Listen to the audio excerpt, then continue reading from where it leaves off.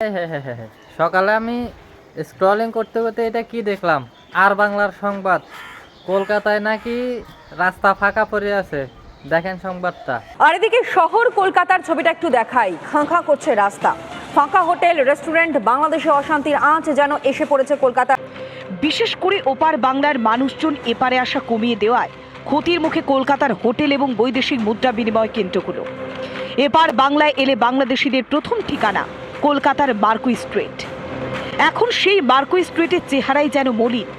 ওপার বাংলার জেরে প্রভাব পড়েছে পরিবহন ব্যবসা, হোটেল ব্যবসা এবং রেস্টুরেন্ট ব্যবসায়, যার ফলে আগামী দিন আরো বড় ভয়ঙ্কর দিন আসতে চলেছে, অন্তত ব্যবসায়ীরা সেটা বলছেন। কিন্তু এর শেষ কোথায় তা জানেন না কেউই। খুবই খারাপ, মানে কি বলবো, মানে খুবই খারাপ, নাই বললেই চলে। এই টাইমটা অন্যান্য সময় মানে 3-4টা করে বাস ছাড়তে পারতাম প্রতিদিন, এই যে নভেম্বর ডিসেম্বর মাসটা, কিন্তু সেই সিজনটা অনুযায়ী তার 1%ও নাই বললে চলে। ইন্ডিয়ান প্রশাসন, সরকার, জনগণ কতটা যে মাথা মোটা, এটা তারা এবার বর্ডার বন্ধ করে প্রমাণ দিছে। যেমন আপনি যদি আপনার দ্বারা কাউকে প্রভাবিত করতে চান, তাহলে তার দুর্বলতা সম্পর্কে জানতে হবে। ঠিক আছে, এখন বাংলাদেশের দুর্বলতা কখন? বর্ষাকালে। তখন বাংলাদেশের সবজির চাষ একটু কম থাকে, সবজির আমদানি একটু কম থাকে। মানে বলতে গেলে বর্ষাকালে মনে করেন সবজির একটা মোটামুটি অভাব থাকে, কারণ বিভিন্ন জায়গায় পানি থাকে। এখন হচ্ছে বাংলাদেশের সবজির সিজন। আপনি একটা ভ্যান গাড়িতেও দেখবেন যে 20 পদ 30 পদের তরকারি নিয়ে আছে। আপনার এই মুহূর্তে বাংলাদেশের অভাবের কিছু নাই।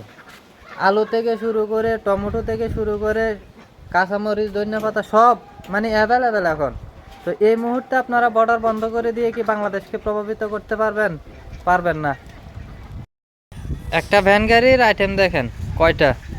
লাউ 1টা 2টা 3টা 4টা 5টা 6টা 7টা 8টা 9টা 10টা 11টা 12টা 13টা 14টা 15টা 16টা 17টা 18টা 19টা 20টা 21 22 23।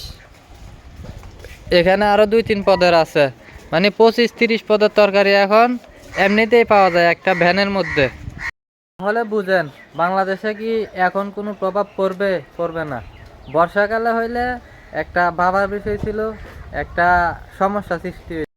তো আর বাংলার সংবাদ এটা দেখার পরে আমার কাছে মনে করেন ঈদের আনন্দ লাগতেছে। এখন কোথায় আপনাদের ওই পায়ুক রঞ্জন মিন মিন মিন মিন করে এখন কই? এখন গুজব ছড়ায় না কেন? গুজব ছড়াইতে বলেন। ইন্ডিয়ান রাস্তাঘাট ফাঁকা হয়ে রয়েছে, মাছিও নাই।